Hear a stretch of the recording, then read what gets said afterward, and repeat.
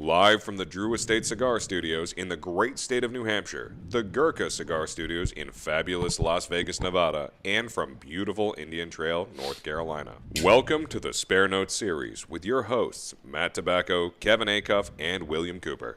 And good evening, ladies and gentlemen. Welcome to another episode of the Spare Notes series. I am joined once again in the Drew Estate Cigar Studios with my friend Kevin Acuff in the Gurkha Cigar Studios.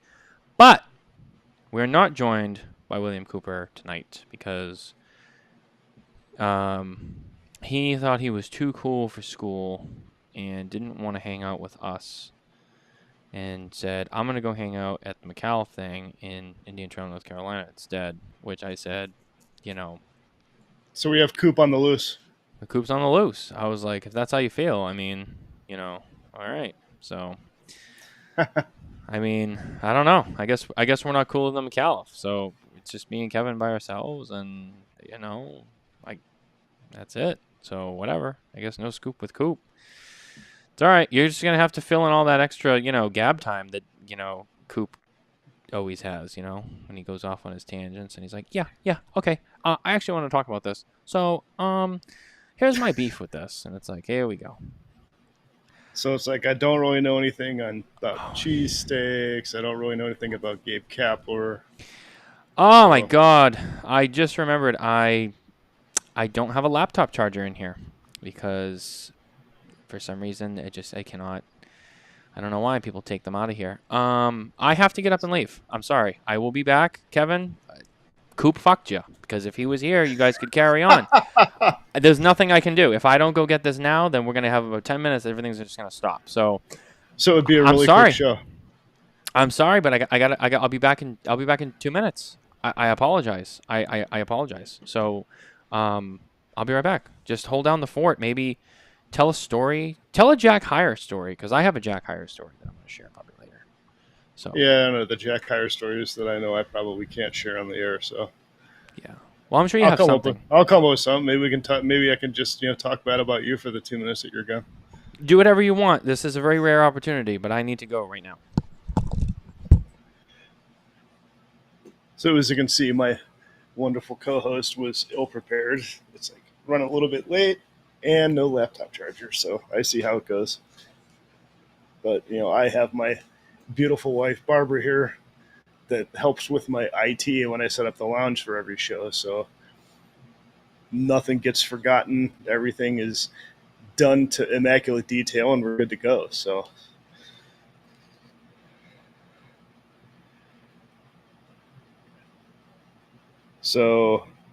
share the Jack. Okay, so Barb is asking to share the Jack story from Camacho. So is that the waterfall story or is that the tramp stamp tattoo story, Barb?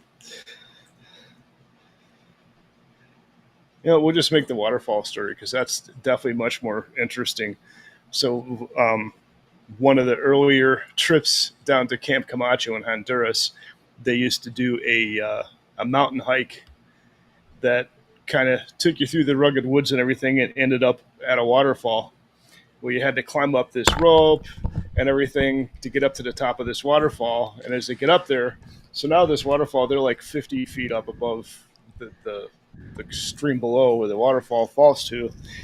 And it's just a little ledge. And Jack slips and rolls over and literally comes like almost right up to the edge. Is just kind of laying on the edge looking down. So Jack literally almost died in Honduras. And on more than one occasion. On more than one occasion. And needless to say, that part of Camp Camacho is no more. I don't know if it was due to that incident in particular. It was a pretty rugged hike. But that was a fun story. It's much more fun to hear Jack tell it. Well, because when Jack tells it, it's all right, all right, all right. So, all right, this is what happened. Like I was, I was overserved by myself, and I was out there just having a good time. And the next thing I know, we're up there, and like we're near this cliff, and I'm like, I mean, I'm gonna go look over the edge because like it's the same with the the Camacho tattoo story. I mean, it's oh, I was overserved by myself. And I told people I would do it. And the next day I woke up and they're like, you said you'd do this. And I'm like, I guess I got to do it. It's like, what? No, you don't. Yeah, they dug deep to find that tattoo guy. Damn. And, they did. And Jack was hammered when he did that too. And I'm pretty sure. I'm pretty sure. Didn't he say that the guy was blind too, or something like that? Or he told him he was blind. Something like that. I think it was blind, but it was just he was like, yeah, they said he was blind, and I'm like, so I got like Ray Charles doing this tattoo. It's like, what? But if you actually search YouTube for it, it's out there somewhere. But the video of him getting it? Yeah. Our friends over at Cigar Dojo, actually, they were all down there, and they have video evidence of that actually happening. And just how ironic is it that he ends up working with Camacho after he gets that tramp stamp at Camp Camacho? It's funny. It's like destiny. It is. And what's interesting is so many choices here. I think I'm gonna go with the Perdomo first. What's interesting is that I don't even know if I can. First of all, it's not my story to tell, so it's better if Jack tells the story himself. But nobody can tell his stories better than Jack, especially Jack's stories. I mean, they have to come from Jack. So, all right, on Thursday night. So the New England Cigar Expo is over now, but it was in town. For put on by the lovely David Garofalo and his team at Two Guys Smoke Shop. And so a lot of people from the business, they come to town, and Jack was here. Or is here still.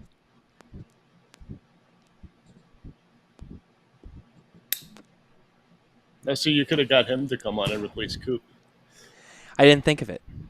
But if anyone out there wants to do me a favor and send this and tag Jack Hire and make sure we get him on here. Actually, I'm going to... Hey, Siri. Text Jack Hire. Sending to Jack. Hi. No, not hi. That's not what I... Okay. That's not what I want to say. I got tobacco crumbs in my throat. Here we go. I'm going to text him and be like, hey, we're talking about you on the air right now. So I'm gonna do the same thing. I'm gonna ask if he can jump on with me and you. He's probably at Twins right now, but I will allow it. I will allow it because Coop's not here. So, hey, Kevin and I are on the air and we are talking about you.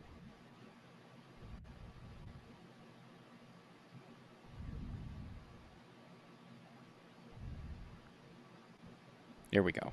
Let's do this. Go. So you texted him and I texted him. Good. So we gotta like now tag they get it team from him. both barrels, and he'll be like, "Oh, sorry." We like. Sorry. They're talking about me on the. I gotta tune in. Like I'm a central figure of this conversation. I mean, I guess I have to do this. So he was down. He was in town. So as JT, Jesse, and our local rep was here. So the four of them. We're attending the event. I invited a bunch of people. Said, hey, if you're in town for the expo, you want to come to my house and smoke in my lounge, hey, like, you're more than welcome to. And so I had a small group of people come over.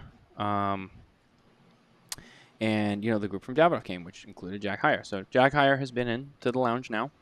Even before you. Sorry. Jack beat you, he graced his presence in the studio section. That's where he hung out. And, ultimately went down a rabbit hole of different things, some of which I will not talk about because sometimes what happens in the lounge stays in the lounge, and I think I'm going to continue to build that, reputation. Absolutely, because people could be fired. So anyway, what happens in the lounge stays in the lounge.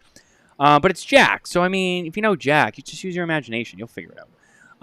So he was here and he was telling a story, and I won't get too deep into it, but I thought it was funny. He was telling the story. He was like, "Did any of you guys know about?"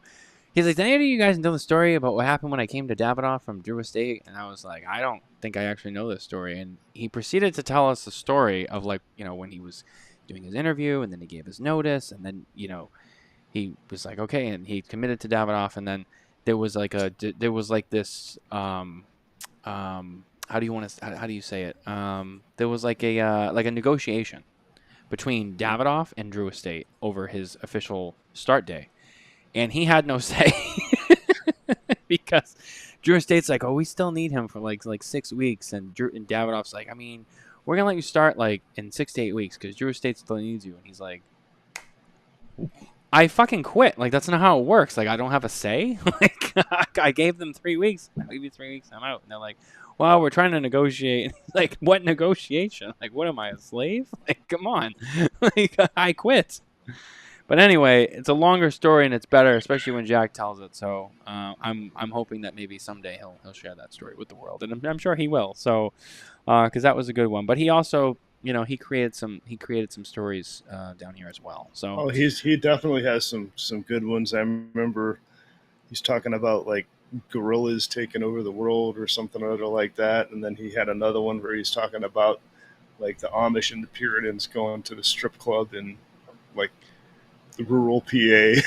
It's just one of those things that you had the experience it to appreciate it. By the way, I will. All right, I'll say this, and I just hope this is cool because it's Jack. So I was at the dinner last night. The first part of the New England Cigar Expo, and everyone was there, and it was a good time. And I'll talk a little bit about it in a minute. So I run into the Davidoff group at the end. I got caught up with a couple different people, and I didn't actually get to see them that much at the dinner, not till like it was over at the end. And so I was sitting there with Jack, at the end of the dinner, and they were telling us about kind of like the rest of their night the night before and whatever. And they were like, yeah, after we left you, we went all the way up to Castro's because we just want to have a cigar at Castro's, and then but they were closed. So like then they were like he was with a group of people, and the group said, hey, like, let's go to a strip club. So they went to a strip club, and one person didn't have their ID. While they were looking for it in the car, because the bouncer wouldn't let him in. The bouncer then just got a good look at Jack and was like, even if he finds his ID, I'm not letting you in. So I said, dude, I'm not surprised. He's like, yeah, he was like, nah, he got a look at me and was like, nah, you ain't coming in here. So I was like, damn.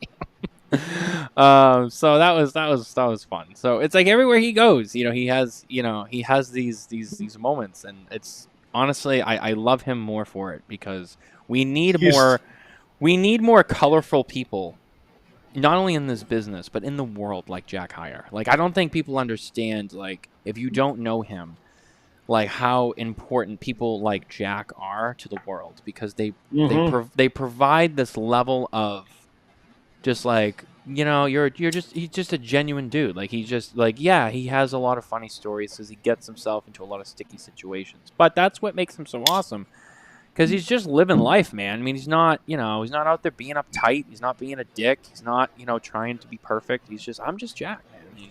He's one of the most real guys that you will ever meet.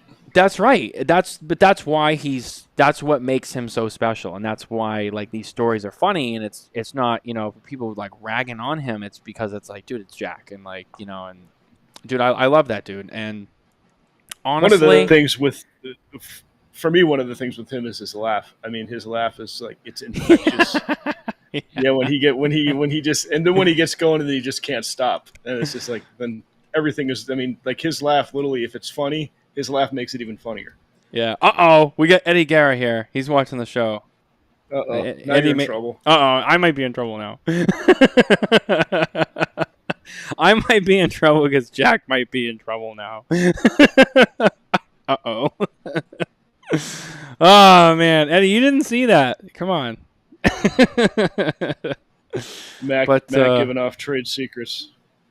I mean, I didn't get into too specific. I mean, look, believe me, not even just about anyone in particular, but when it comes to stuff going on in the, I love Jack. I don't think he gives a shit. Trust me, I don't think he gives a shit. Maybe he does. I don't know, but I something tells me he's like I don't even need to know. Like it's Jack, but no, I mean there is a lot of stuff that's gone on with a lot of different people in the business over the years that it's almost like it's not like a Diddy party. I mean that's pretty bad, but like like you just there's a lot of wild stories out there. I mean not as crazy as a Diddy party. Let's not get it all confused. That's pretty bad. But no, shit goes down and people have fun. It's more or less like small stuff that like is just like industry related that people are like, oh damn. I've been to some pretty wild industry parties here in Vegas for PCA, IPCPR, whatever you want to call it. It was. Well, you've been going a lot longer than I have. There was some doozies, dude. So I've only been going since 2020. So in those 4 years of going to PCA, every party has been kind of like. No offense, but I haven't seen a rager at PCA. Oh no, it's not the official. The official parties are. It's the after parties. Oh no, I know what you're talking about. Oh no, I know what you're talking about. But I've been to some of those too. Yeah, I haven't really been to any of those that have been a bust. I've been to some, and I'm like, okay. I've heard the stories over the years, like. This is like a kid's birthday party. What are we doing? So what are we doing? No, I just meant like at those events, But no, I've been to other events like at either other trade shows or just stuff at other places in the country or just like retailer stuff. Like I've been to some other events around the place, and I'm like, oh damn, like this shit's getting wild. I'll tell you something. The cigar industry, man, like they, for the most part, I would say the majority, they know how to party. Some people, I don't know. They've let me down. Hell yes, they do know how to party. They've let me down. They've let me down. What I would love to know is what Matt Booth was like before he kind of, got a little older and settled down. Because I know how wild I've heard how wild he used to be. I would love to see him at a party. I could just envision Matt, circa, the early days back when he was still with Davidoff. And, I could just picture him like at a party doing God knows what. And like now you see him and he's just like, hello, hey, how are you? Hey, how's it going? And, and he just kind of plays his little act, but he's just kind of like watered down. And, he's getting old. He's all gray now. I love the dude, but, everyone must settle down eventually. And, Matt has. But, one of my most unique Matt Booth parties was we were at Tony Bellato's place back in Ohio. And they had one of the, I can't remember the Scotch that was there, but they actually had one of the Scotch distributors doing an event. And they had the VR goggles that was taking you on a tour through the distillery, and it was kind of like a 3D thing with a lot of up and down movement and stuff like that. And watching Matt with the VR headset on, he's like, it was hilarious. It's the facial expression. It was hilarious, bruh. It was hilarious, bruh. Oh my god! Yeah. And that was it god! Too. You got to see 100%, 100%. It was hilarious. Oh my god! Yeah. And for the record, that party that night ended with shots of Everclear. So, whew. Or not Everclear, absinthe, like the wormwood, the real absinthe from Europe. Yeah, that was brutal. Yeah. That was brutal. Barbara has some comments. Watch for the getting old comment. Barbara, if it makes you feel better, Matt Booth looks older than you. Just saying. I look older than she does. I mean, I wasn't going to use you as an example. No. Like, Who's Matt? I mean, he can, he's not gonna yell at me. He'll be like, "Oh, really? Oh, you think I'm old? Oh, that's nice. Yeah. Listen, let's get down to brass tacks. There are some good storytellers in the industry. Like Barb brings up a good point. Eric Espinosa is another one. Which reminds me, that's funny. I was just thinking about that. So at PCA this year, I did the interview with Matt after taking a year off, and I let Mitchell get dragged through the coals because I had already done it so many times. I'm like, Mitchell, it's your turn, and so I, reclaimed the position this year, and I said I'll do the Matt interview, and I still laugh every time I watch that because, and I got, how many comments I got from people who were like, "Oh my god, why are you shitting on the guy?" And I'm like, if you can't figure out that like half of that stuff is just all an act for the entertainment of comedy, like you shouldn't even be watching the videos. So, it's not to be taken seriously, and he knows that. Like, he's in on the whole thing. Like, well, and that's Matt being Matt because he knows us and loves us, and we know what makes him tick, so he can be himself. Doesn't have to be guarded. Doesn't have to put on an act. It's like you're actually getting to see like the real Matt Booth. Right, and here's the other thing too. Like, and I know how he is. So like, I've just over the years, like my first time, I stood there and I took it because I was like, "Who the fuck is this guy?" But you learn, and then you're like, "Oh, like you just play it back." So I played it back with him, and it was two parts. There was two parts of that interview that I still watch today, and I lose it every time. And it's when it's the first one is when he used to turn. He was trying to get back on track. I know him trying to get the interview back on track. And he was like, "All right, let's get down to brass tacks here." And I was like, "Do you even pay taxes?" And he's like, "Fuck, that's good." You could you see it and you hear it because he's normally the one. And he's like, you just hear him go like, "Come on, man." Like, fuck, that was good. And then he was like, "Yes, I do. Yes, I do." And then he looks at me, he's like, he's like, "You bastard." Somebody from the IRS so is good. taking Matt Booth. Yes, I do. Yes, I do. People like wrote to me about that. They're like, "Why would you do Matt like dirty like that?" I'm like, two of the best interviews. Are you fucking serious? Like, come on. I mean, the best interviews I see him do. I mean, the one you did with him last year was funny. When he took the microphone away from Mitchell and interviewed Mitch, that was epic. One of the funniest ones ever was actually when I was actually working in the booth with him. Really before I did the media stuff, and Matt Ty came over and interviewed him, and he sat on Matt's lap and did an interview sitting on Matt Ty's lap. I think it was my first year. What year did he wear the suit? Was that 21? 19. He wore it in 19? No, I'm sorry. No, you're right. 21. You were still working in the booth at the time. Was that? I don't remember. It had to be 21. I think it was 21. I think it was my first show. He wore the blue, like the navy suit with the white pinstripes. Mm-hmm. It was like when he first had like the long hair, kind of really like on display after the pandemic. And I did my interview with it. It was the year he had like the big he was handing out the condoms and shit. Well, that was the year that Rocky and Alan Rubin took him out and wrecked them. Yeah, so he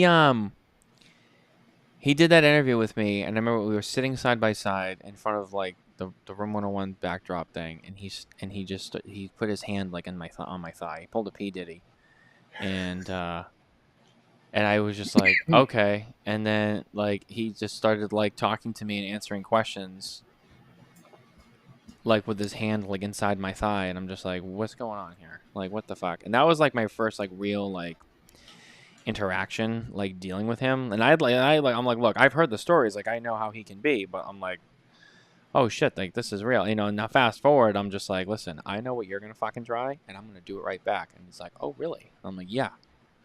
Yeah, that was 21 because 22 we had the stripper pole and cash cannons. And then he sold out, so he didn't do that shit anymore in 23. And then now in 24, he was not even as Room 101. He was there for Sancho Panza. and he had no tricks up his sleeve. But yeah, he had the stripper pole. That was another one in the back of his booth. Not a lot of people know that. He had a stripper pole in the back of his booth, like it was behind the drapery. And I have a video of Jeremy from Wildfire Cigars just absolutely grinding on that pole with shorts that are maybe a little bit too short for him to be wearing. You know, He did it in a bear costume too. Oh, did he? Oh, that's right. He did. That's right. He did. That was because that was the year that Matt. So someone had said, I'm not going to use the names because it doesn't need to be that way. But someone, so there was a few new brands debuting at the show that year, and someone that we know went over there and tried the cigars and came back and told Matt about it, and he was like, "Oh yeah, have you heard about blah blah blah blah?" And he was like, "Oh yeah, I heard. I've been over there." And he was like, "The cigars are really good. I think they're gonna do really big in the business." Yeah, he's gonna be very successful. Matt laughed so hard. Matt laughed so hard. Yeah, we're not gonna name names. But, yeah. And it wasn't like anything personal against the person. It was more or less like that's not necessarily how it works. You can say the brand because people will actually be able to appreciate it when you say the brand. Yeah, but I don't want people to, because you know what the problem is? People are going to take it the wrong way. Okay. Yeah, you're right. But yeah, it was because it was not meant. It's not meant to be. It wasn't because Matt didn't laugh because like he sucks. Like he's not going to be. It was because it was like the statement of like the cigars are really good. He's going to be so successful. It was like that's not like how it works. Like you have to be good, but it's like there's a lot of other things too. I think he's probably going to be successful. Yeah. So. But regardless, this brand I think has gone on to be successful, so it's irrelevant. It was funny that Matt laughed so hard about it, and it was just like, oh, if you bring that up, he's like if you bring it up today, yeah, he'll still laugh. Yeah, I know. And it's funny. I got his reaction. I had my camera out at the time because while we were all having that conversation, I had used the Room 101 booth as kind of like a little like on-floor base camp, so like I would stop in there to see you and like adjust stuff and whatever like on the fly because I knew like I had the space without going all the way back out. Mm-hmm. So like I had my camera in my hand when the story was being told, and I remember he started laughing, and I got pictures of him, and he was in the middle of he was in the middle of making up a bagel with cream cheese, and he just had this like knife with cream cheese on stopped. It, and he stopped like mid wipe, just be like, and I have a photo of it somewhere, and it's hilarious. But anyway, yeah, I mean, those are the stories we can tell. Anyway, he's a character. There's a lot of characters, but Jack's no Matt Booth. I don't think there's ever going to be another Matt Booth, but Jack's a special person. And I love him very much. And the day that I hope never comes that he leaves the industry, I think a lot of people are going to be very brokenhearted. So hopefully he never goes anywhere. I hope that Jack's in the business forever. See, Mr. Jonathan M. Carney just popped into the comments. You know, that's another person who, when is he on YouTube? Because I don't see his comments. No, he's on Facebook Live. Well, I just see he's watching. Facebook Live says he's watching. Ah, there he is. Evening. Hello, Jonathan M. Carney. Another person who I think I can say this now, even though John's here. I don't give a fuck because it doesn't matter. I'll pay for my sin later. I knew he wasn't leaving the industry. Okay, I'm just gonna say it. I knew he wasn't gonna leave the industry. There, cat's out of the bag. I fucking knew. Haha, what a fucking surprise, right? But I think, in that window, when he left LFD, everyone was like, no, not John Carney. Oh my God. Like people were like genuinely, they were like, oh my God. Like, I can't believe we lost John Carney. And I was just sitting over here like, just wait a little bit. He'll be back. Don't worry. They're like, oh my God, can you believe John? Like, oh, he's leaving the industry. Blah, blah. I'm just like, yeah, I know. I mean, I don't know John like as well as you do. Don't worry. But unless you're living under a rock, there's absolutely no way that he was going to leave the industry for good. I mean, I can see taking a hiatus. The guy we were just talking about, Matt Booth, he took a hiatus and came back. So Jonathan he took Carney, a much longer hiatus than John did, but Jonathan Carney leaving LFD and then coming back within 40 days with Bentley was the equivalent of when Michael Jordan won his first 3 championships. And then he took that little break which he calls a retirement, but let's call it a break to go play around in baseball. John took like that little break to go fart around and take some personal time because I think he deserved it. And then he came back to be like, I'm going to build a new brand. And like now you're seeing the beginning of the next 3 championships, that Michael Jordan had. So that's what this is, and some people knew like Michael's going to go play baseball because he's upset about his dad and he's going to come back because he's Michael Jordan. Like Ahmad Rashad. I'm like Ahmad Rashad. I am the Ahmad Rashad to Carney's Michael Jordan. That's the way I've always looked at it. So I know. I think you're making Carney blush where you're comparing him to Michael Jordan. Okay, enough. But thank you. Yeah. He's like, I don't like the attention, but I do. You know what I mean? So yeah. Oh shit. So Blue Smoke of Dallas says John is not Michael Jordan. He is Tom Brady. I will accept that.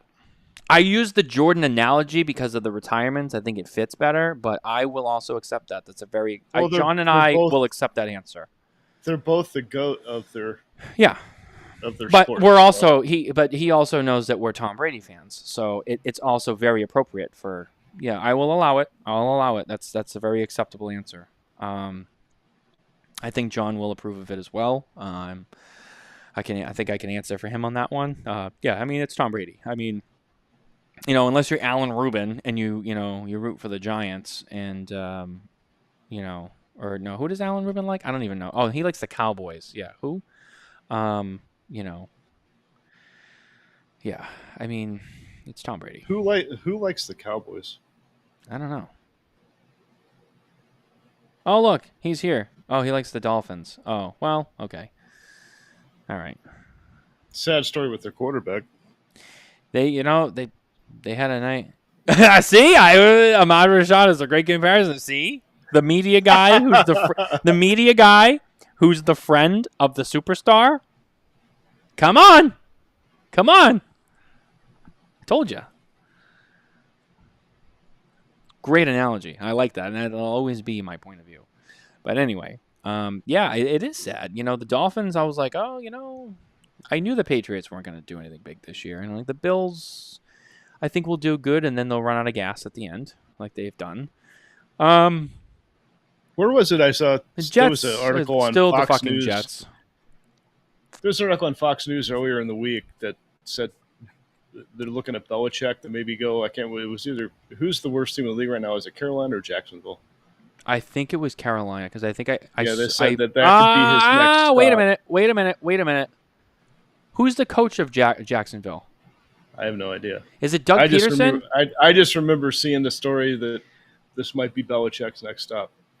Well, because I remember I heard something similar, and I'm pretty sure it ended with I think it was Jacksonville because I think Doug Peterson, Carney will know this, and probably Alan Rubin. It's Jacksonville. Because it was like, not happy with Doug Peterson, whatever. They may be looking for Bill Belichick. So it's Jacksonville. So I'm like, oh, Belichick's to Jacksonville. I don't know. I don't know how I feel about that one. I mean, look, I don't know. I can't see if Belichick comes out of retirement. I can't see him going anywhere where he can't win another ring and beat Don Shula's record. There's no because there's absolutely zero. He has nothing to prove, right? So there's absolutely no reason for him to come out of retirement unless he can go to a team that he can win a Super Bowl with. Here's the other problem with Bill Belichick. Bill Belichick's going to want to go to a team that lets him have full control like he had in New England, and I don't think most teams are going to let him have that. They would if they were smart. They would if they were. I agree, but most teams are like, I don't know, like.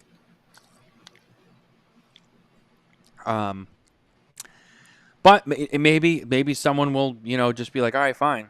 Like we want a championship that bad. Okay, you can have full control. You can be the GM and the coach.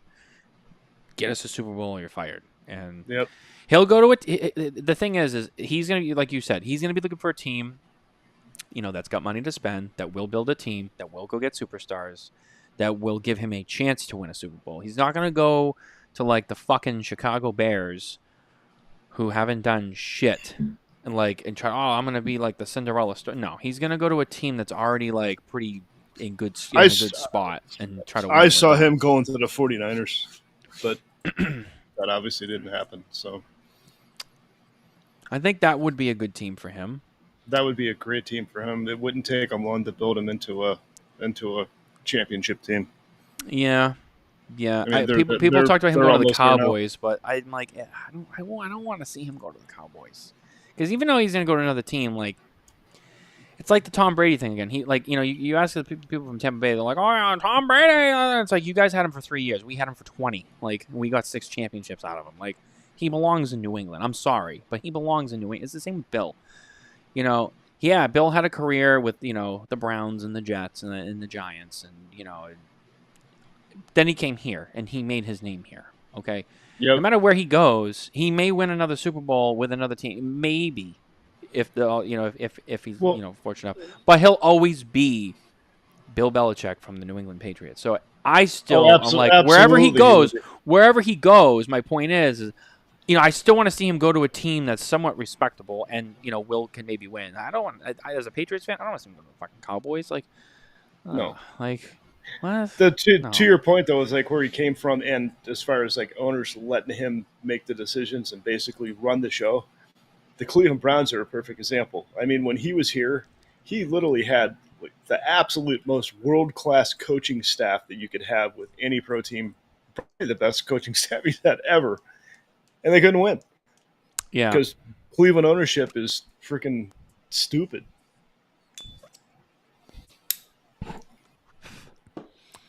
And as a sidebar conversation going on in the comments here amongst a couple of the viewers, Alabama is torching Georgia right now. Now, if Carney is still watching, I try to make it a habit of, cheering on Alabama with Carney because that's his college team. And so because Carney doesn't have a voice right now because he's he can comment, but I'm going to do this one for John is He'll Roll hack Tide. his way into this show. Roll Tide. Roll Tide, roll! Tide. Roll Tide. That's for John. I had the pleasure of sitting with Lito Gomez Jr. last night at the New England Cigar Expo dinner. And he actually spent a lot of the time watching, not watching, because like we were trying to get the feed up, but like we just had the score thing. So we're sitting there. I had my phone on the table as we're watching the thing and we're doing the dinner, but we had the score for the Miami U game going on. And in the beginning, it was like he was all excited, and then all of a sudden, Virginia Tech kind of came and took the lead, at halftime. And I just kept watching him, just being like, "No, what the fuck? This happens every year. We go 4-0, and then we fall apart." And then it was halftime, and then we were doing our thing, and then I went home and I went to bed, and I woke up today and I saw that Miami U won the game, and I was just like, oh shit, they actually won that game. And I'm like, I'm sure he's happy because like last night, like the last time he saw the score, he was like all depressed and he was all mad. Oh man. But so yeah, that was I wanted to watch the second half of that game. I'm curious as to what happened. Well, how UNLV has actually been in the news lately. Yeah, they have been as well. With the quarterback here, number one, they've actually been playing some really good football. But now their freaking quarterback basically walked over money, and it's a freaking college quarterback. I saw that, and I was like, dude, what are you doing? Whenever in college football has money been an actual reason they could walk? Well, here's the problem. There was a time not too long ago when money and contracts and sponsorship in college football was like, no, you don't do that. And, now it's become okay. And which, there's a sidebar on that. And, now you have these college. And look, I'm not saying I disagree with either side of it, but the point I'm making is that it's different now. And now these college athletes are being treated like pro athletes. And in some respects, college football is sometimes, for many people, considered even bigger than the NFL. So, Sluka was a fifth-year senior. So, I mean, basically skip the NFL to stay in college and make money, which means, I'm not good enough to go to the NFL, but I'm going to stay here and still make a shit ton of money. Yeah. So I mean, it just my point just being the game has changed. Now, look, do I think that if you're a college athlete and there's people making money off of your likeness, I think you deserve to have a piece of that because I think that, I mean, that's essentially what a professional athlete is, right? You people make money off of your likeness and your name, and you deserve a piece of that. It's you. It'd be like someone making money off of Kevin Akoff, and Kevin Akoff doesn't get $1 of that because, well, we can make money off it. The players should make money. They should. I mean, my opinion. I think it's right. I think they deserve that. However, you do get into situations like this though, because they know, like, hey, like I want to make money, So, I saw the story and I was like, that sucks, and that's but I know why he's doing it because he can. He's doing it because he can. The best part for me, the best part about that whole story. I mean, I don't know really the best part, but the ownership group from Circa, the owner of the Circa Casino, basically came forward and said, "Well, I'll pay him the money he wants," and UNLV said, "Yeah, he's done." Yeah. So yeah, and I think the schools are still not happy with it. I feel like there's a lot of parts that they have to deal with because that's the way it is. But any opportunity for them to be like, fuck off, I think it's like fuck off because they don't love the idea anyway. Well, it creates a situation in college football they shouldn't have to deal with. Right. Because, I mean, you literally have guys swapping schools and trying to get into other schools for the money, period. Right. And that's it. Right. Which was never a problem before. So, I mean, it's like LeBron James. Everyone's like, oh, LeBron's so great. LeBron jumps teams and goes to a better team when his current team's not doing so great. And he's like, oh, I'm just going to go to another team. Don't even get me started on LeBron, the sellout. Everybody considers him the GOAT. I think he's a sellout because he sold out the Cleveland Cavaliers. I'm not going to get into the LeBron thing, and I'm sure that there's at least one person. He did come back and win him a championship. I will say that. And then he left and he went somewhere else. But again, he sold him out to go to Miami. Yeah. He did. And it's so true. Like, oh my God, but LeBron's the all-time blah, blah, blah, blah. I'm like, dude, listen. It's very simple. Michael Jordan is the GOAT. End of story. Two different eras. Jordan accomplished more in less time with fewer seasons than LeBron. Well, LeBron, it's like, yeah, but LeBron's been playing for, 20 years now? Over 20 years now? Jordan played... Forget about the Wizards. That was a publicity stunt. And anyone who doesn't think so is fucking an idiot. His time with the Bulls is like his career, right? Mm-hmm. In that span of, what was that? Was that no, it wasn't 13 years because he got drafted, 1984? So he played 84. Christ, was it that long ago? He was drafted in 84, and he played 94. Then he took, he was 94, 95. He was on, I think so. He was 13, 14 years that he played with the Bulls, right? So, in that window, he got 6 championships, Finals MVP, I think all of those times. He was Rookie of the Year. He was, MVP, League MVP. He was, all of them. All of them. He got all of. He did that in a short time. LeBron has a lot of records too, but he still doesn't have. He hasn't gotten more championships than Jordan. People are like, well, he's still been to the finals. Yeah, he went, but he didn't win. He only won 4 times. Runner up don't matter. It's like, look, to all those people who love to make the argument, like, well, he's been to the finals though. It's like it's Top Gun rules. There are no points for second place. Exactly. Like I fully subscribe to the thing that second place is the first loser, so it doesn't matter. Yeah. So people are like, well, he's been there more. It's like he didn't win. He's got 4 rings. So you can say what he could have gone to the finals 15 times and be like, well, he played in the finals 15 times. Jordan didn't do that. It's like, well, he only won it 4 times. So, Jordan never lost the finals. And I had one guy make a comment to me. He's like, yeah, but what about Jordan and his wife? I'm like, everyone has personal issues. Like, they all do. I'm like, that's irrelevant. We're talking about what he did on the floor. Now, I'm not talking about what he did with his wife. Like, no one gives a shit about that. We're talking about him as a player. Like, his wife has nothing to do with that. You know, You know, my wife Barb with the sports stat. Jordan played with the Bulls for 15 seasons. boom, there it is. There it is. I knew it was something like that. It was less than 20. I knew it was like something like that, but I couldn't remember exactly. Hey, I remember seeing them to make the shot over Craig Elo at the Richfield Coliseum to take the Bulls to the Eastern Conference to win the Eastern Conference Finals to go to the championship. You were there. I was there, Man, jealous. and it's like you could totally see the play develop. I mean, I had season tickets. It was kind of like just up from kind of where the foul line would be, and you could totally see that play develop. And Elo got there late, and once Jordan was up and the ball was in the air, it's like, yeah, we lost. Yeah. I mean, even like the guys, you know, the guys he played with back then who lost to him, arguably, he's like Charles Barkley, Shaq. The He's game the was best. way different. The game was different then. It was better. I mean, in a lot of ways, it was a lot. I was just going to say, in a lot of ways, it was better back then. Yeah. It was. A lot of the sports were better back then. It's all the leagues have gotten too complicated now.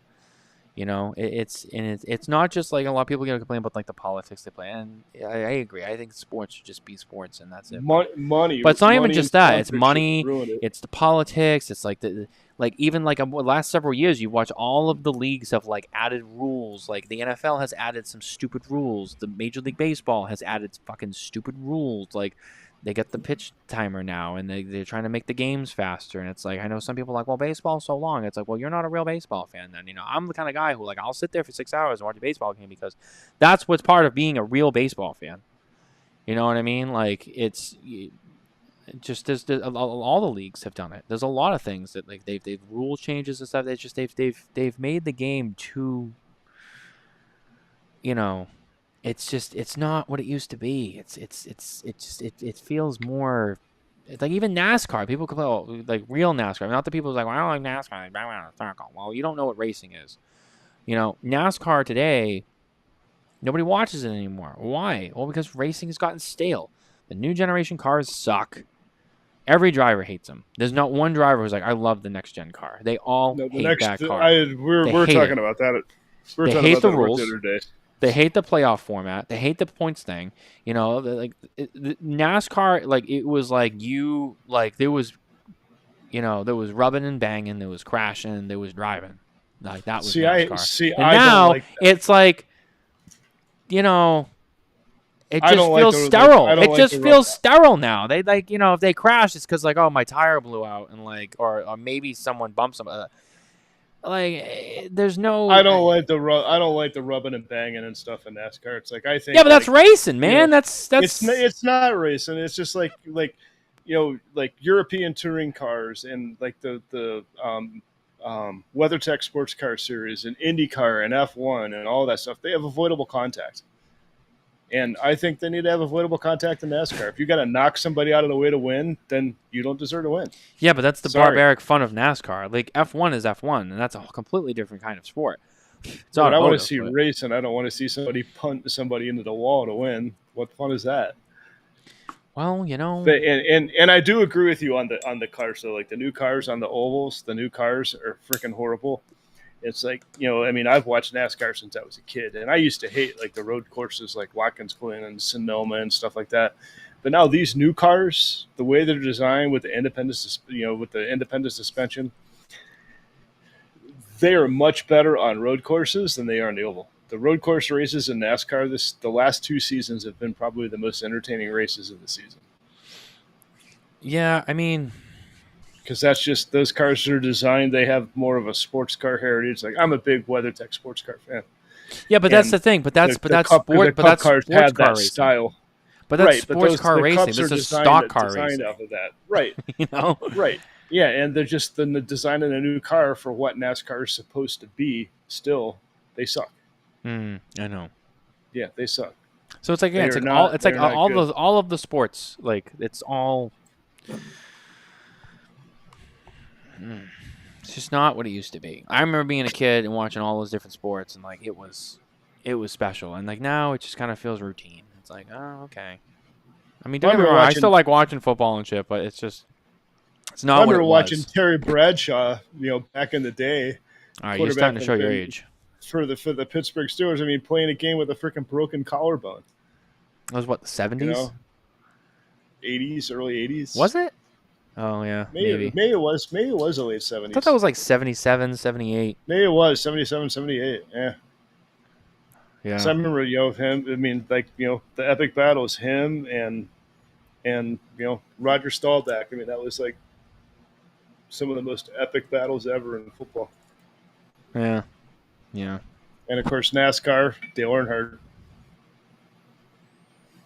You know when people say like the world changed after 9/11? I'm not getting into that, but like how people say that. NASCAR changed after Dale Earnhardt. Oh, when he 100%. when he died, that was it. And a lot of true NASCAR fans, I think, will tell you that. And honestly, not quite right away because we had some good racing in the 2000s, but when Dale Earnhardt died, NASCAR died. It was never the same.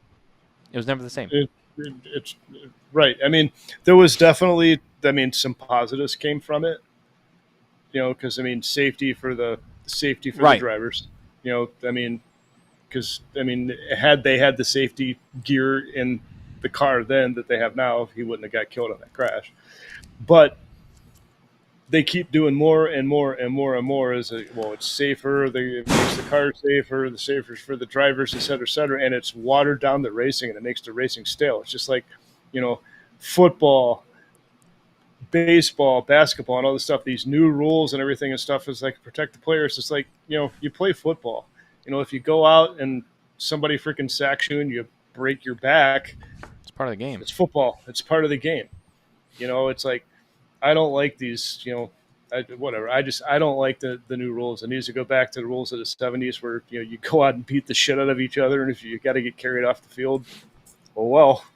Safety but now Safety- money is what it's all about. Safety for me, like in terms of NASCAR, I always thought it was interesting. I heard an interview that Earnhardt Jr. gave a few years ago, and they asked him about when he rolled his car in one race, and someone asked him, was it maybe Joe Rogan? And he was on, or maybe it was his own show. But someone asked him something about like, were you panicking like after what happened to your dad? Like, you're rolling in this fucking car.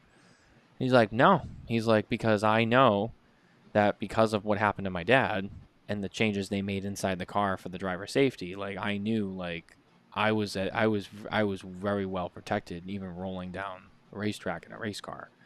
And I don't know if I would have the same reaction, but to do that and be in that situation and at least claim to have that kind of comfortability and confidence, which Junior doesn't really strike me as a guy to like talk a game. I think that does say a lot in terms of and the good aspect of like, yeah, they made inside of the car safer for the drivers. I think that's important. I agree. But like other things outside of that they've done to try to like limit, like you're right. It just slows down and it takes the momentum away. It's just not the same. Well, it's just like, it's like our buddy Allen's disagreeing with my comment on second is first loser. It's like in sports, if you don't win, it doesn't friggin' matter. That means you didn't do good enough to win. So better luck next year. You lost. Sorry.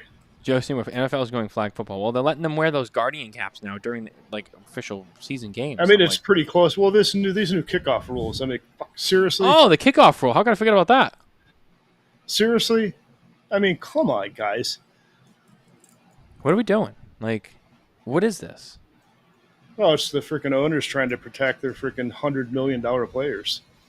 That's all it is. It's the money. I mean, if they still had to hold real jobs and got paid, per game like they did back in the day, then none of that shit would matter. Yeah, I agree. Anyway, I'm sorry. We've spent almost an hour on here, and we haven't even talked about what we're smoking, what's going on here. We're going down a rabbit hole. Coop's not here to... Although, honestly, if Coop was here, he'd have plenty to say on all these topics as well. Oh, absolutely. It would have been insane. And Alan, if Coop was here, a lot of your comments probably wouldn't have been read and stuff. So, be fortunate tonight. Blame Coop. But anyway, It's all Coop's fault. it's all Coop's fault. We'll just blame him because he's not. It's easy to blame the guy who's not here. And then when he comes back next week, he's gonna be like, "You guys talked a lot of shit," and I'm gonna be like, "Yeah, we did. I know." And then he's gonna be like, "Well, I'm back." It's like, I know. We're gonna have to take it. We get to have fun, but then we got to pay for it later. That's fine. That's fine. You gotta rob Peter to pay Paul. I'm smoking a Perdomo 20th anniversary Sungrown Epicure, which is fantastic. You know, it's one of my favorite cigars of all time. It's a great cigar. Most people, I think, know that cigar, but if you've never had it, you should try it because I think it's a cigar that everyone should experience, whether they like it or not. It's fantastic. Kevin, what are you smoking? I'm actually smoking an obscure gem that I found just going through the humidor. We were digging through, and I saw this white, glossy box that was still wrapped in cell in my humidor. I'm like, I forgot I had these. So I open it up, and it's the La Aurora Fernando Leon. Oh, I know that cigar. And it's the Family Reserve limited edition. Yeah. So they actually came in like a white epoxy serving tray with little gold handles and stuff. Yep. And I mean, holy crap! I mean, what a good cigar! Yeah. This is. Yeah. I know that cigar. Yeah, that's cool. It's like the only thing missing from the box was white gloves. Yeah. Yeah.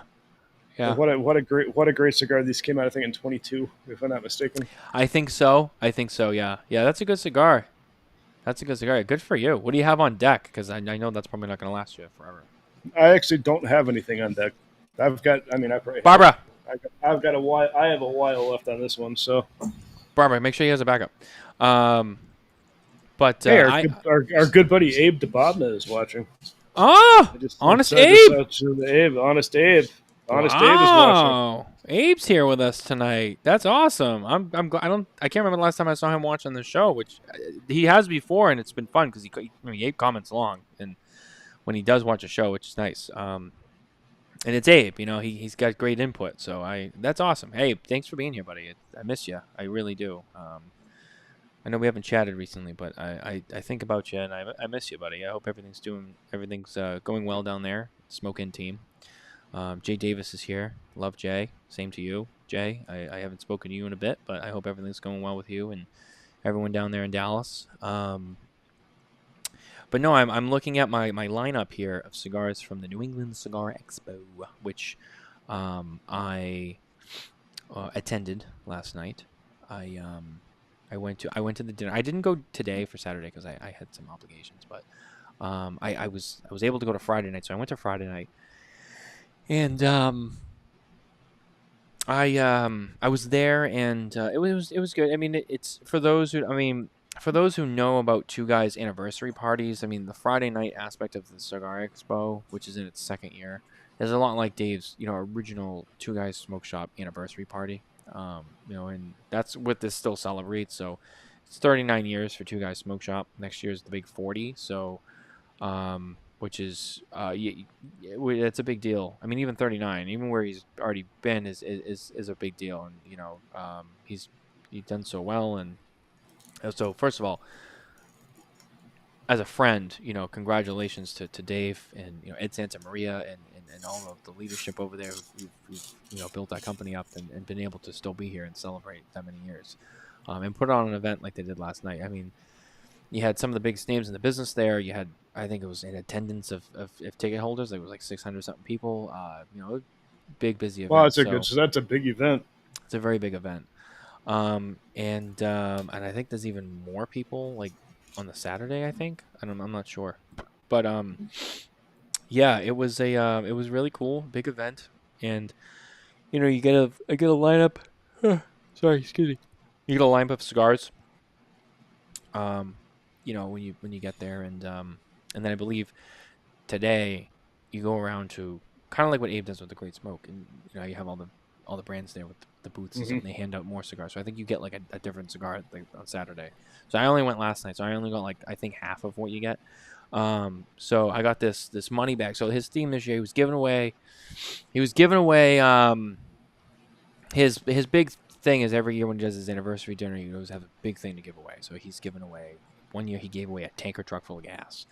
He gave away a Hummer H2. He's given away a fully restored 70-something Trans Am. He gave away silver bars one year. He gave away. He's done like some crazy shit. So this year his whole thing was he had like a pound of gold, I think it was, or half a pound or a pound. I know it was like $40,000 worth, right? So it was gold money. That was the theme this year. So he had when you go in, he had these like like the cash bags, right? That people have like at like stores and whatever they have the cash they bring to the bank. So he had these like they're like I think it's just like the real deal like the cash bag from the register. That's actually really cool. Yeah, with the name on it, and so he put all the cigars. They're already it's pre-put together, and as you go in, they give you the bag, and you open it up, and you get all these cigars inside. So it's like I would grab the bag when I went to do the show, and so I have the lineup here. I already smoked some of them. It had the ones that were in it that are already gone. So I smoked the LFD Solus. Because I was with both Litos last night. I smoked that first with them. I smoked the Rocky Patel Gold Label, which I've smoked a few times now, and I really enjoy. I'm smoking the Perdomo 20th. And now let's see, what do I have left? I have a Christoph Nicaragua. It looks like a Toro. I have the United Cigar Toro, Aganorsa the Leaf Corojo, Nesta Miranda Special Selection, and Aging Room Quattro Nicaragua. Julius Caesar, Davidoff Anniversario number 3. I believe that looks like a number 3. The Rojas Statement, the HVC 500th Anniversary, the Aladino Cameroon, the CLE Habano from Honduras, the West Tampa Red, like little Bellicoso here. This little like our Perfecto. It's like nice. That's a cool size. Yeah. McAuliffe Black Toro, rated 91, smokingtobacco.com. The Paladin de Saka. Now I just have to do it now. The Paladin de Saka from Dunbarton Tobacco and Trust, and the Alfonso. Is this the 3 or the 4? I think it's the 4. I think it's the 4, which was our cigar of the year in 22. So pretty decent lineup. Some cool stuff in there. Highlight of the show last night. So there was a comedy aspect of it, right? He had Tony V, local comedian, go up there and do some stand up, and then at the end of his little set, he was like, I had a lot of people last year tell me like, oh, I could do that, and so he got a bunch of manufacturers to come up on stage and tell jokes. So it was Christian and Justo Aroa. Oh, jeez. Steve Saka, Nick Perdomo, Oliver Nouveau from United, and then was there one more? Was there one other? I can't remember. Was there another one? Or was it those 5? Like, am I forgetting somebody? I feel like I'm forgetting someone, but I'm like, I feel like it was only 5 people. So there was a comedy aspect, and Jack wasn't involved.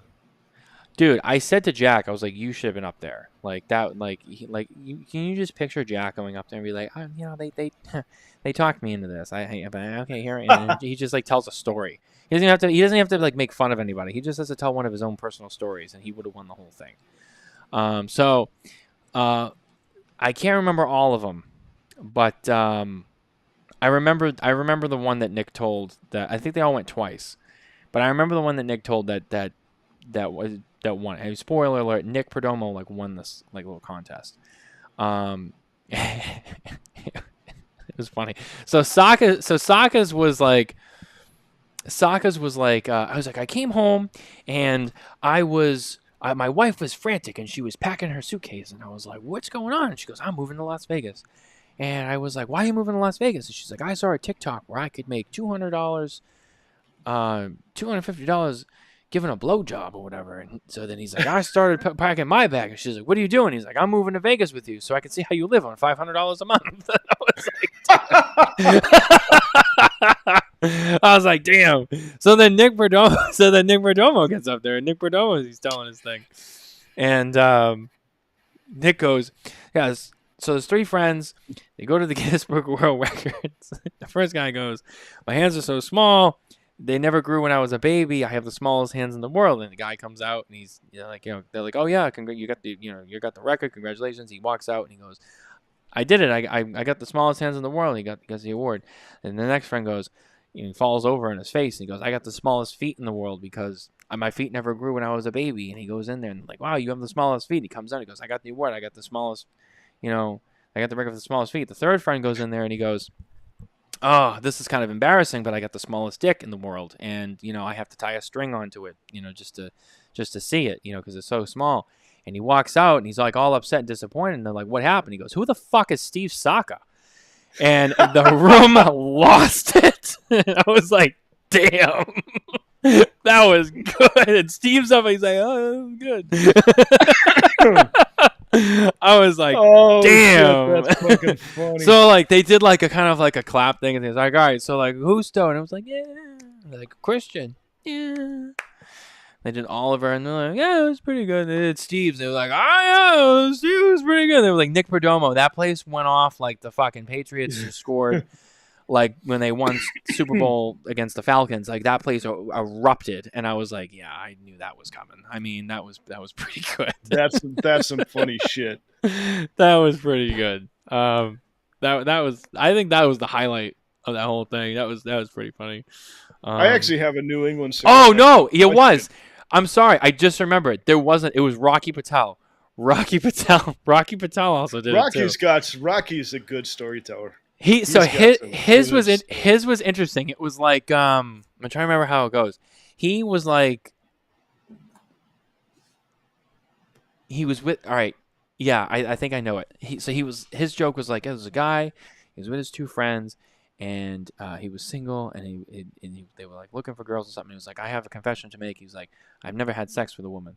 So he's like, all right, we can fix that. So they send him to this therapist, and this therapist is like, you're gonna go home every night, and you're gonna put a quarter on your hip, and you're gonna hit the mirror, and you're gonna go quarter, quarter, quarter, and then he goes home and he practices. And then he goes back to the doctor. You're gonna put one on this side, and you're gonna go quarter, quarter, and then he's like, he goes home and he does quarter, quarter. Quarter, quarter. And he's like, then you're going to put a dime in here.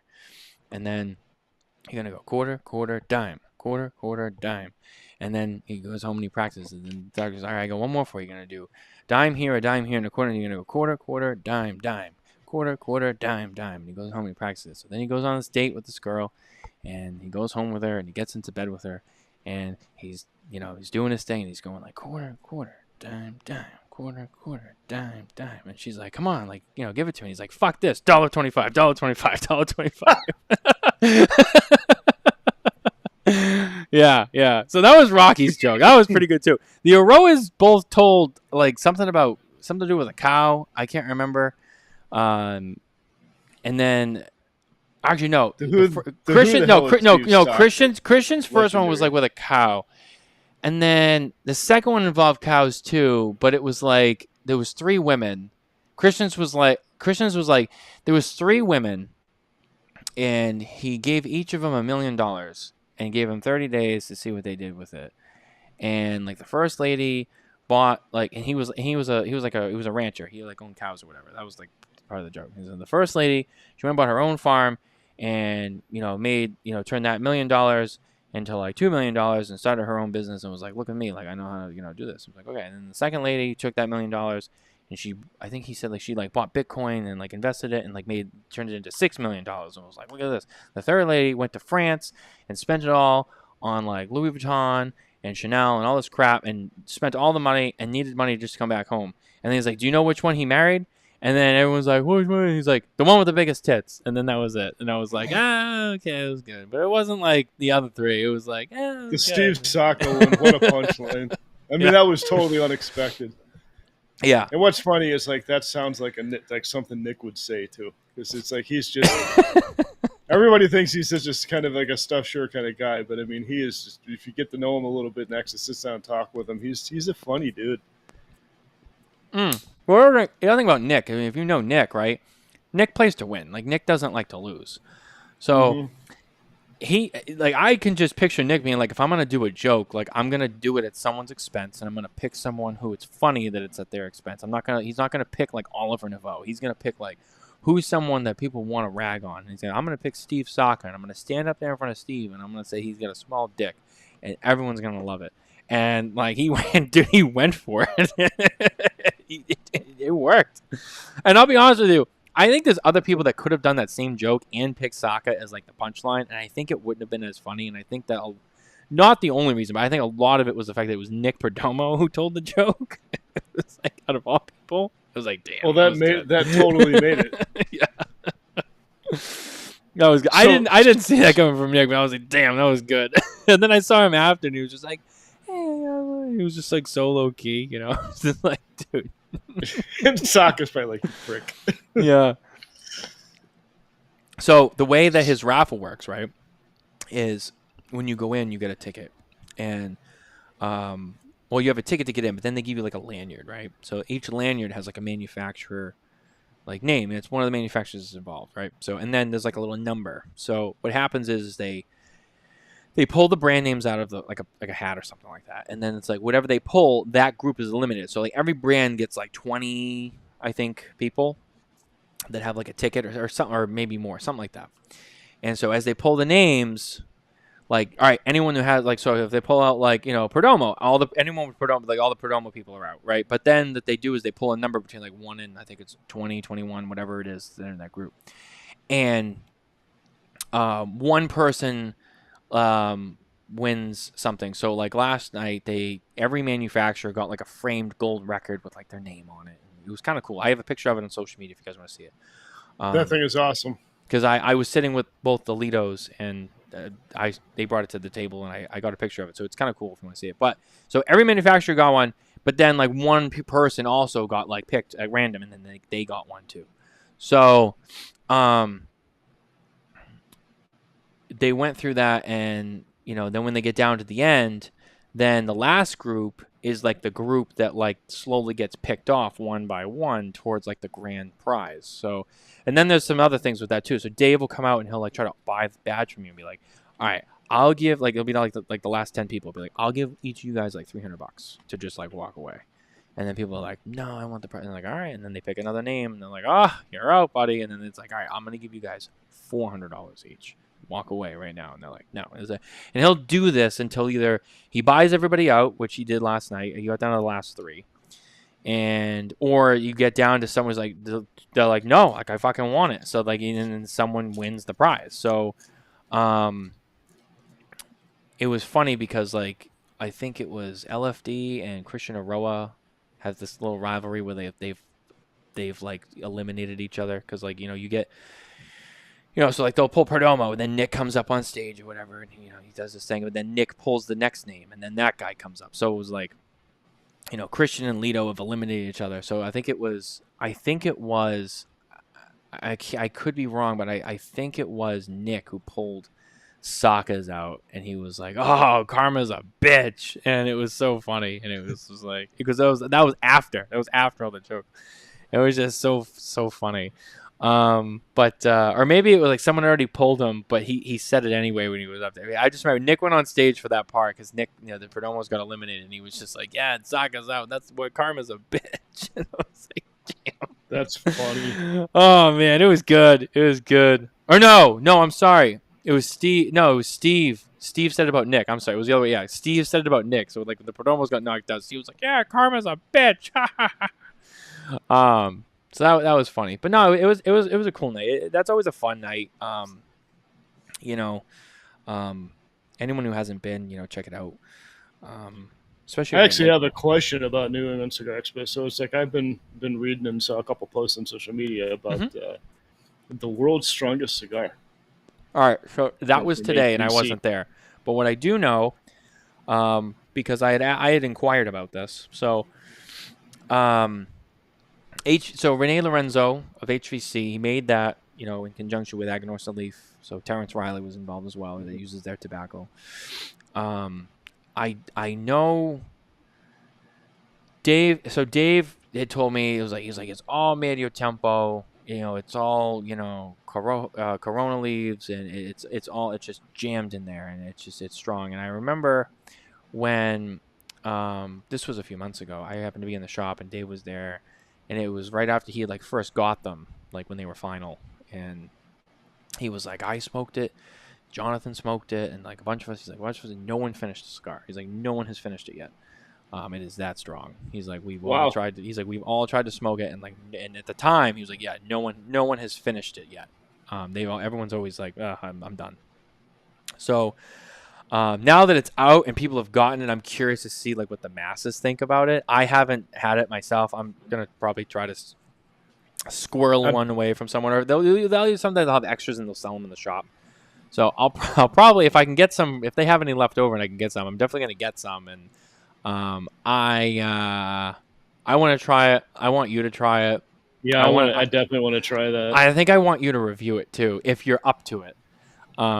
Because I think that would be very. If you can finish it, I would love to see you review it, because I want to. I just to do it, because not even because like it's gonna be bad. I want it like just because I think it would be a fun review of just like such a strong cigar, and if it's really that powerful, I think it would be great to just to read about that. You know what I mean? Like I think that would be really cool, because I mean, that's not something. I mean, there's a lot of strong cigars out there that have been reviewed and we've talked about. We all know. But if something's really that caliber, I'd get it down on paper. It would be a fun read. Yeah, how funny would it be to review a cigar that ends in vomit? I mean, not that I'm wishing that on anybody, but I mean, I got to give it to Dave though. You got to give him props. Like, dude, I'm going to do this. Like the cigar, like going into that, you have to know, like, I'm going to make the world's strongest cigar, right? So I know that means that there's a very good possibility that this cigar might just suck, but it's more so about getting this more strength than I can out of it, not just about like making it super great. Like I want to make it super strong. So I'm looking at the notes of it here. It says it has a double binder from Jalapa Corojo 99. So I mean, that's a pretty strong tobacco to begin with. Yeah, it's got a lot of nicotine in it, and if it's a double binder, oof. And then who knows what? I don't know what. It doesn't say what the wrapper leaf is. So yeah, so you gotta give all those guys credit for committing to that, because like that's not easy. Is the point. It's not to do something like that and make something that you're gonna sell to people. That's a challenge. So like I said, I haven't smoked it myself. I'm going to, if I can get some, I'm going to do it, because I just want to know. I just want to know like how strong really is it. But let's say it really is that powerful. That's impressive. 2 Hero leaves from Jalapa. Wow. Yeah. You don't want to smoke that on an empty stomach. And that's the thing. Anyone who smokes it, I can only imagine. There had to have been people today, right, that probably didn't eat or drinking, outside. I mean, granted, it wasn't super hot and shit today, but like, I just know that there's someone out there who's gonna smoke that. I know what that feels like. On either an empty stomach or a stomach that's only full of booze, and they're gonna smoke that, and it's not gonna end well. I mean, I haven't gotten sick from a cigar, but I've gotten close. I don't think I ever have. I've gotten close. I think. Have I ever thrown up? I don't know if I have. Unless I already. I got like the cold sweats and the shakes from one, but that was actually the LFD double. The LFD what is it? The double Ligero, the number 2. There was. I remember there was an episode of the Cigar Authority when years ago, that back when I used to go and watch and sit in on the shows all the time. There was an episode when they were talking about like, cigars that, made you sick or whatever. And if I remember correctly, Dave said there was I think it was 2 cigars that made him throw up because they were too strong. And I want to say one of them was an LFD. I want my gut, and I could be wrong, so don't quote me too hard. But I want to say one of the cigars was the LFD, the Oro in the gold tube, maybe? Or there was like another iteration of like an Oro. I know one of them was an LFD. Because I remember like talking about it with John. I want to say it was one of the Oros. I could be wrong though. And but I remember that episode. I remember Dave talking about it. There was that one, and there was like another one. I want to say Fonseca, but I'm not even 100% sure. But I think it was at least two. And then I try to think back, and I'm like, I've come close, like maybe twice in all the cigars I've smoked over the last almost 10 years. But I don't think I've ever thrown up. Like where No, I was like, I've gotten like close with it, but there was alcohol involved with that as well, so that adds to the experience. that does When you have that plays cigar, then you've plays got a big role. bourbon to go with it. That plays a Yeah. big role. Yeah, I think for me it would have to be like, just like straight, just like you were sitting around smoking the cigar, you weren't boozing like and partying. It was just like I was sitting here having a cigar, and I'm like, I'm gonna throw up. Because the booze will impact that. Booze will do that to any cigar you're smoking if you're in the wrong combination. That's why like when I go to events and whatnot, there's going to be newer smokers there. I always make sure I have sugar packets in my humidor. Because you get the nicotine spins, that's like an instant cure. A packet of sugar under the tongue, and boom, you're good as new. Yeah, I had as long as booze isn't involved. I had smoked a lot of cigars one day recently, and I just remember I got this massive headache, and I was not quite queasy, but I felt my stomach was like going in the wrong direction, and I was like, and I just couldn't shake it. I started drinking water, and I went upstairs, and I got a whole big thing of just Domino sugar that we keep in the house, and I went in there, I grabbed a spoonful, and I filled my mouth, put it under my tongue, and I didn't swallow it all. I stuffed it all under there, and I just held it down with my tongue, and I just like let it dissolve. And I'll be honest with you, like after 10 minutes, I didn't feel great. Like, it typically doesn't even take that long. No, I know, but I'm just saying, like, like I just remember I didn't feel great, but I was like, I feel a hell of a lot better. Like I feel like, well, it's to make your body functional. produce insulin, and insulin kills nicotine. So right. So it does work. So, people think it's they'd be like, oh, that's bullshit. I'm like, no, it does. 100%, it 100% works. I saved. I'm not. He will remain nameless, but we were in Miami, and we went to go to we went to go see Terrence at Aganorsa Leaf, and we did the Aganorsa experience. And one of the individuals we were smoking the little palitos of wrapper and binder leaves on an empty stomach, and got himself all spun up, and went to go eat. I mean, he was like ghost white and sweating, and I want to sit in the air conditioning, and dude, I feel like I'm going to throw up. I feel terrible. So I just handed him a sugar packet off the table. Like, put this under your tongue. Oh no. I says, dude, just trust me. No, dude, you're going to make me puke. I says, trust me. So he puts it under his tongue, and literally like 2 minutes later, he goes, dude, why does that work? I feel so much better now. I was like, see? It's almost like I know what I'm talking about.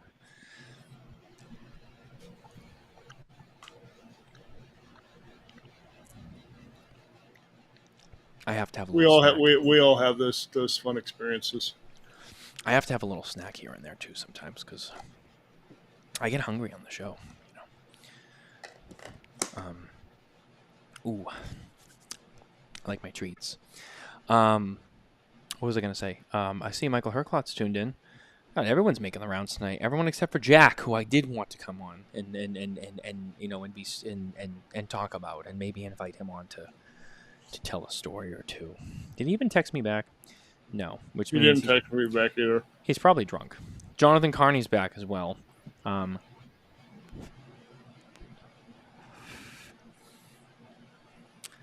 Anyway, but yeah, it does work. So anyway, one of the things that I got a little something that I teased about that there was. Is this rumor time? It's rumor time, and again, I before we get into this, because I know what's going to happen, and we're going to do this, and I'm going to get a phone call on Monday. Oh, I heard that you said that this guy's doing it. That's bullshit. It probably is bullshit, but I know it's 9:45, so it's likely you could even get a phone call tonight still. I probably will. I probably will. Okay. This is about a rumor. I'm not saying that I even believe this. I think it's bullshit myself. I'm just saying that this floated around this weekend. I heard it from multiple places, and those people said they heard it from multiple places. And then I asked a couple people, I'm like, hey, I heard this. I'm not saying I believe it. I'm throwing it out there. Have you heard this? And people were like, no, and it's bullshit. I'm like, all right. But I thought it was so out there that I'm like, I'm going to use this on the show because it's crazy. And watch the joke be on us that it becomes fucking true. Which I don't think it will. But, all right, so this is the rumor I heard. This crazy rumor.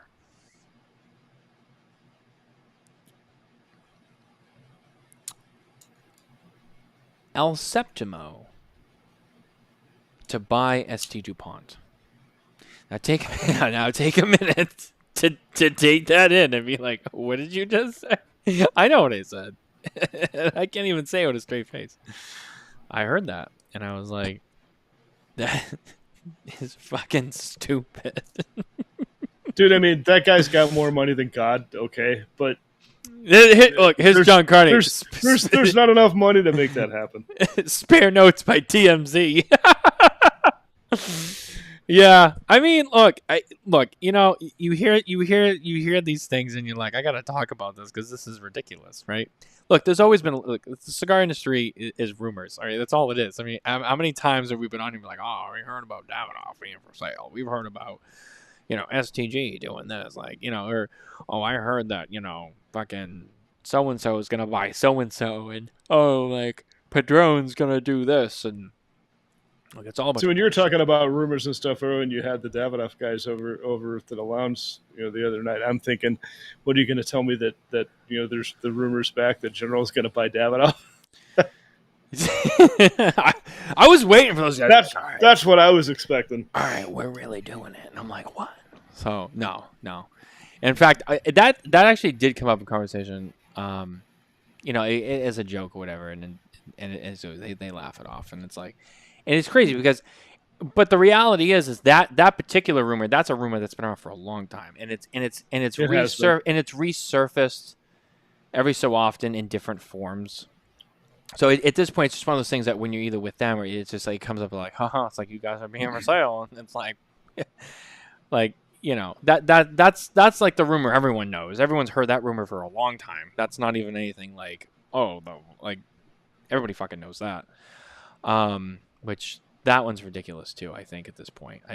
In the beginning I was like, I don't know, but then after I really like kind of like researched myself and I was like, yeah, I realized I'm like, no, there's no way. I'll admit that. But yeah, I mean, every so often you hear some crazy rumors. And you know where I hear a lot of my crazy rumors? From fucking Coop. Because Coop hears a lot of stuff. Coop hears everything. Coop's got his ear on both sides of the ground, man. I mean, he hears a lot of shit. But yeah, that was the one I heard. Carney just commented on my STG comment. What did Carney say? He says, that doesn't sound too crazy to me. I do expect something big out of STG before the year ends. I do too. I feel like they're not done. They got more they want to spend on. I agree with Carney on that one. Mm-hmm. At least on the second part. I mean, I don't know. I maybe they've made some big moves. In terms of the SDG thing, yeah, I agree. They keep buying people. Like they bought who did they buy recently? The pipe Mac Baron. Mm-hmm. They bought them. You know, they bought Rim 101 from Matt. They bought Alec Bradley. They bought Royal Agio. I didn't know this, but I think they own Peterson Pipes too. I believe they own Peterson Pipes. They owned, and there's a few others they own too. Then there was another rumor that was really floating around this year, and then there was another rumor that the original rumor was true, but then like it all fell out at the last minute. So there was another rumor going around that General was going to buy Altit de Bronze. And then it didn't happen, and then people were like, oh, like it was set up to happen, but then it fell apart at the last minute, and like it changed. So I've heard that one from several different people in different forms. That's another one. That's like or at least amongst the people who are in the know and stuff. That one I've heard circulate. I've heard that one. I've heard Ava. I've heard Camacho. Oh, all right. So Carney's got some comments here. What was it? They reported some big financial moves internally that looks like a purchase may be coming. And then Carney says, I'm guessing Rocky Patel. Yikes. Alan Rubin says Jonathan Carney, they issued about $200 million in bonds, but I think that was to reorganize and structure their current debt from recent transactions. And then John replied with Rocky Patel, $250 million. But do you think Rocky Patel would really sell out at this point? But you got to retire sometime. I guess that's true.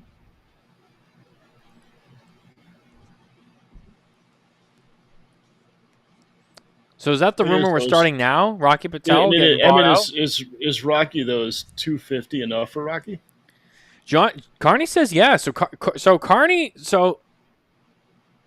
And John, listen. If you want to log in, you can log in. If you just want to stay in the comments, that's fine. I'm just saying, if you want to talk about this, you can dial in if you want.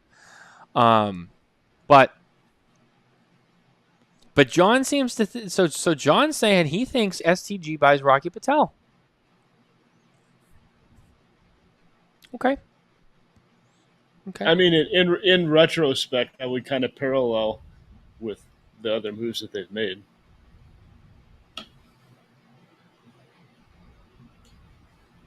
Yes, no, maybe. I'm Matt's not paying attention. He can't multitask.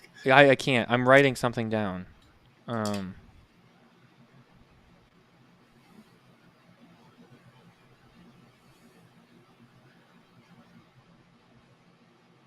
mean, that would be a monster transaction if that were to come down. Agree 100%, John. The argument has always been Rocky isn't Rocky without Rocky. John said yes and yes. I think that means he wants to come talk about this. I don't know. The argument has always been Rocky isn't Rocky without Rocky. I think that's a fair point. I agree with him. STG knows this, and Rocky wouldn't go anywhere. That's also true. This is very interesting. Coop should be here right now. I'd love to get Coop's take on this, but he's floating around with McAuliffe right now.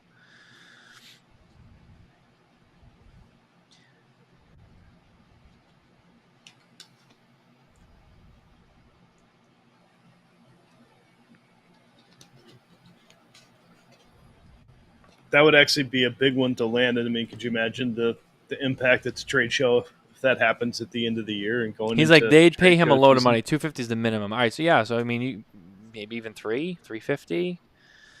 I mean, Rocky's a big name. I mean, Rocky, he's been around a long time. A lot of casual smokers who are not people like us. The average guy who doesn't really know. They all know Rocky Patel. You find Rocky Patel everywhere you go. You find it in cigar stores, liquor stores. I mean, he's everywhere. I mean, he's got a presence. Well, worldwide. It's not just the United States. He's everywhere. Rocky is literally everywhere. So I mean, he does. I mean, that's a big business. I mean, yeah, you talk a few $100 million easily. I definitely agree with that. I texted it to Coop. He goes, just stop.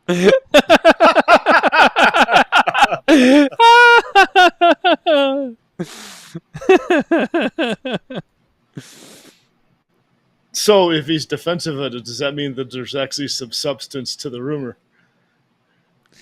I texted. This is why he was here.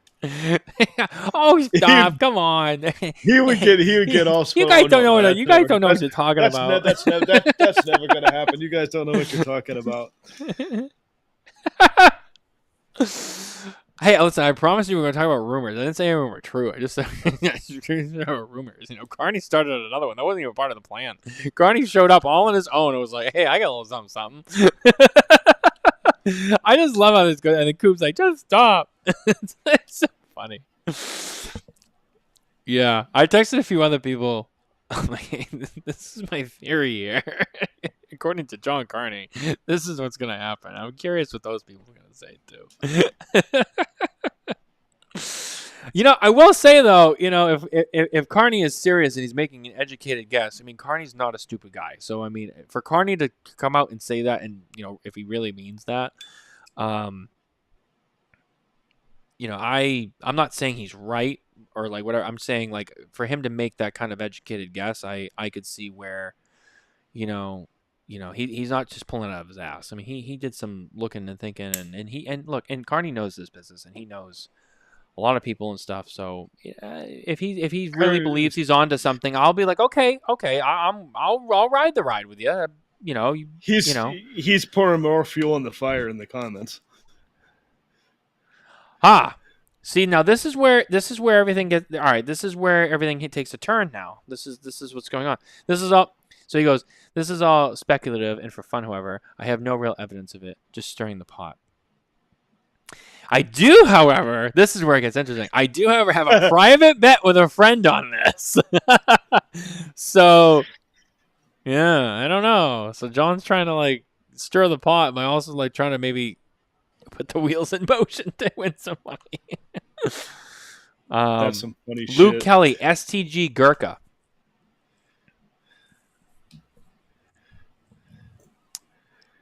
And then John said they basically already own them. Now what's funny? See, STG comes out like next month and says, "Hey, I want to thank John Carney for putting this rumor out here to make us think of something that we didn't think about that we actually made let's happen." buy Rocky Patel. John Carney was like on a show talking about it. Like, oh, we should talk to Rocky. That's a great idea. Maybe we could buy Rocky Patel. Great idea. I do believe in the concept. Or maybe the theory. I do believe in the theory that I think one day the big companies like STG and I think the way the industry evolves is that they end up just slowly buying all of the smaller people over time. I agree. It's inevitable. I think that is the very long-term evolution of this business. If it's not completely outlawed before then, I think that you will see people like Rocky Patel and some of these. They are bought up by much bigger companies. I think eventually. I'm not saying it even happened soon, but eventually somewhere, could be 20, 30 years from now, whatever. I think, eventually I think the STGs and the Tabacco USAs and whatever those big others, even maybe Davidoff, the biggest of the biggest, Swisher International and, you got Kretek and Phillips and King and all the big companies, all the big, they keep buying all these little companies one by one over time. And whether they continue them or they just buy them and they shove them in the drawer and just get them out of the way, I think that eventually happens. Do I think that it becomes like there's only like 4 companies in the business? No, but I think that a consolidation of buying will happen over time. I think that's a very logical thought process. And you look at the way businesses run. I think it's possible. I think it's going to take a lot to do that, and it's going to take a long time. But I could see that.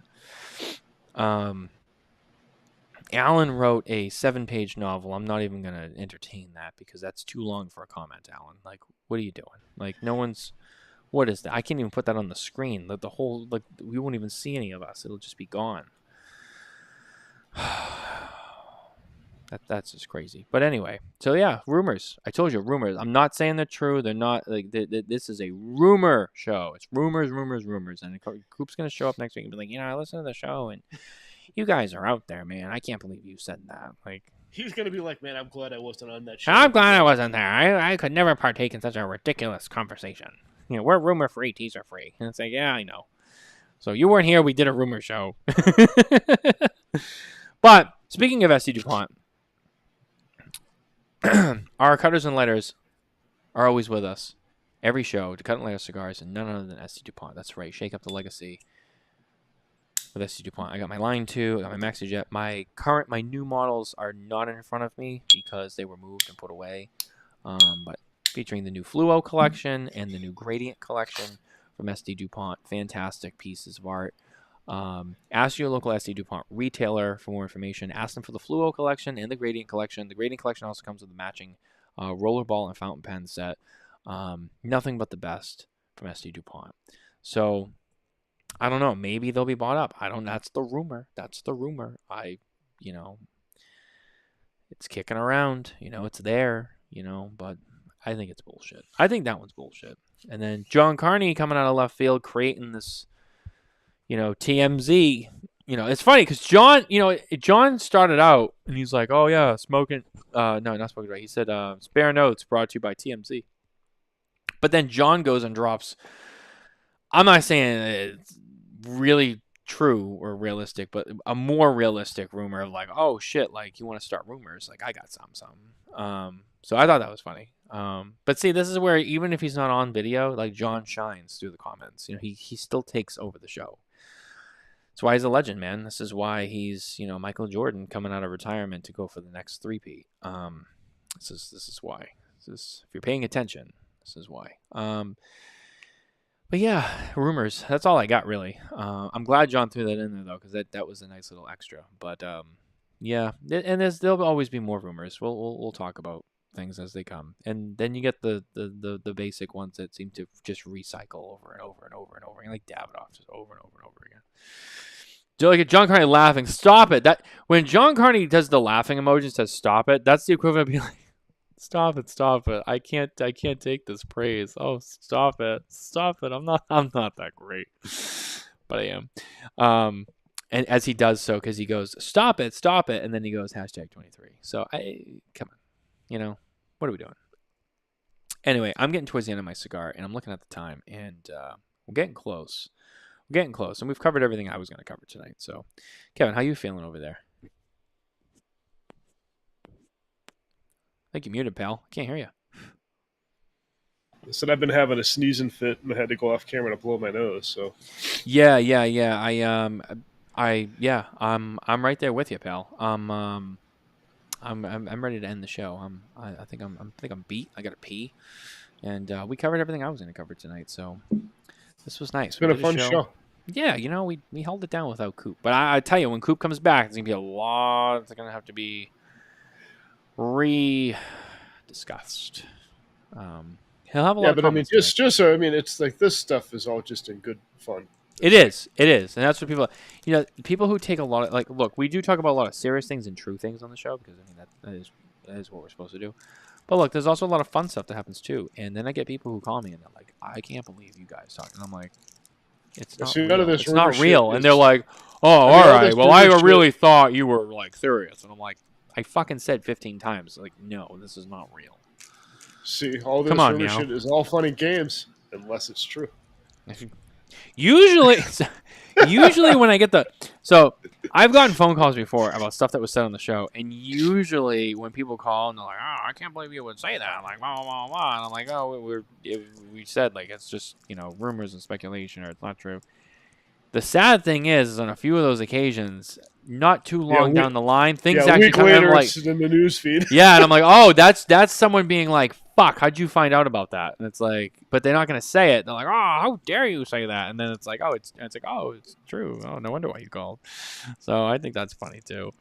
But yeah, no, I mean, I think this is a good stopping point. So I'm gonna wrap up the show here, guys. Thanks for being with us. Thanks for watching the show, and we'll be back on Wednesday night. Kevin and I will be here for the Smoke and Tobacco Show with Andy Yaffe and Miguel Shadell from Crowned Heads. That's right. Get your Crowned Head cigars ready because Wednesday night's going down. Absolutely love those guys. They're some of my best friends. So I think I'm going to smoke. I don't know which, but I think I'm going to smoke some form of a Las Calaveras. I'm going to break out the 2014. Okay. I smoked one recently. 2014. I was down here by myself one night, and it was late, and I was going through my extremely rare stuff, and there was a couple in there, and I was like, I'm doing this, and it was I have a box here, I think, that you have to be opened. So do you? We might have to crack that. Yeah, I think you should. But anyway, that's our show for tonight, guys, and thanks for being here. Don't forget to like and subscribe. Head over to smokingtobacco.com for more news, reviews, and updates from the cigar industry. We'll see you Wednesday night for Crowned Heads. Take care. See you guys.